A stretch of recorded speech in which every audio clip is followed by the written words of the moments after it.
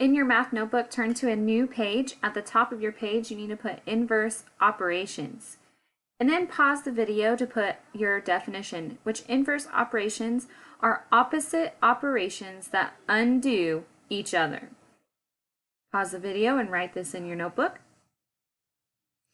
Okay, now that you've written this in your notebook, we are going to go through a couple examples of what inverse operation means.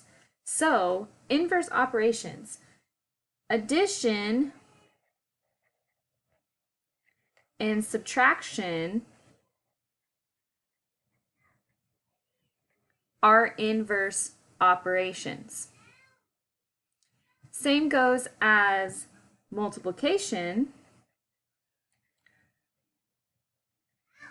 and division.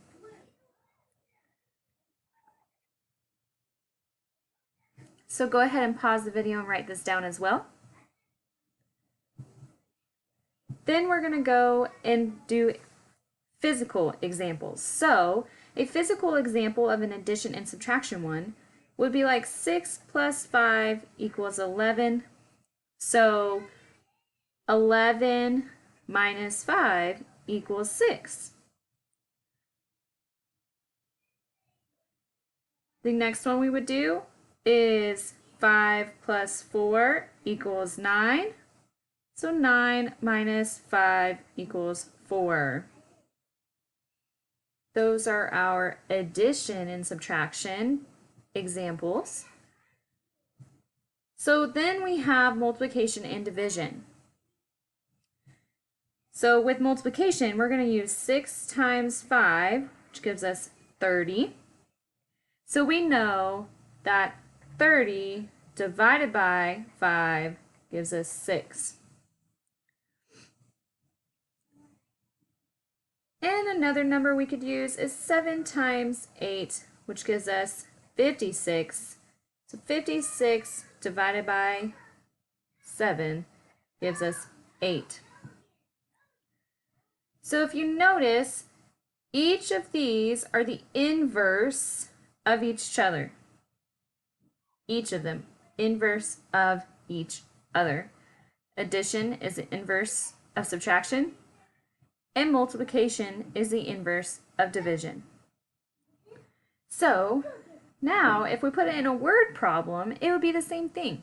So if our word problem said there were 11 apples and we added 2 apples to the next week, how many apples in total would we have? Well, we would have 11 plus 2, which would give us 13.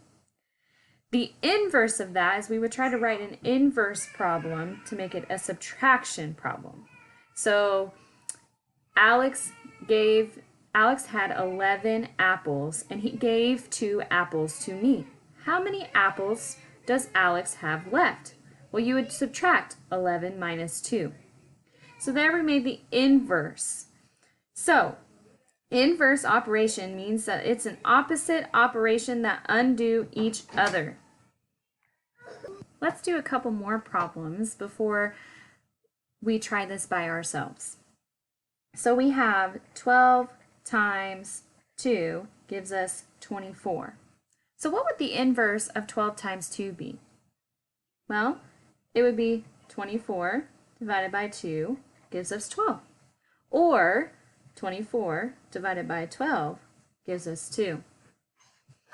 Another one we could do would be 115 plus 5 gives us 120. So the inverse would be 120 minus 5 equals 115. Or 120 minus 115 gives us 5.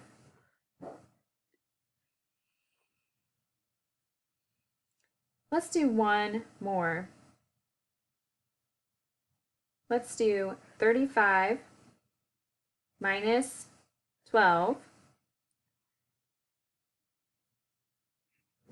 And then what is its inverse? Try to do the inverse by yourself.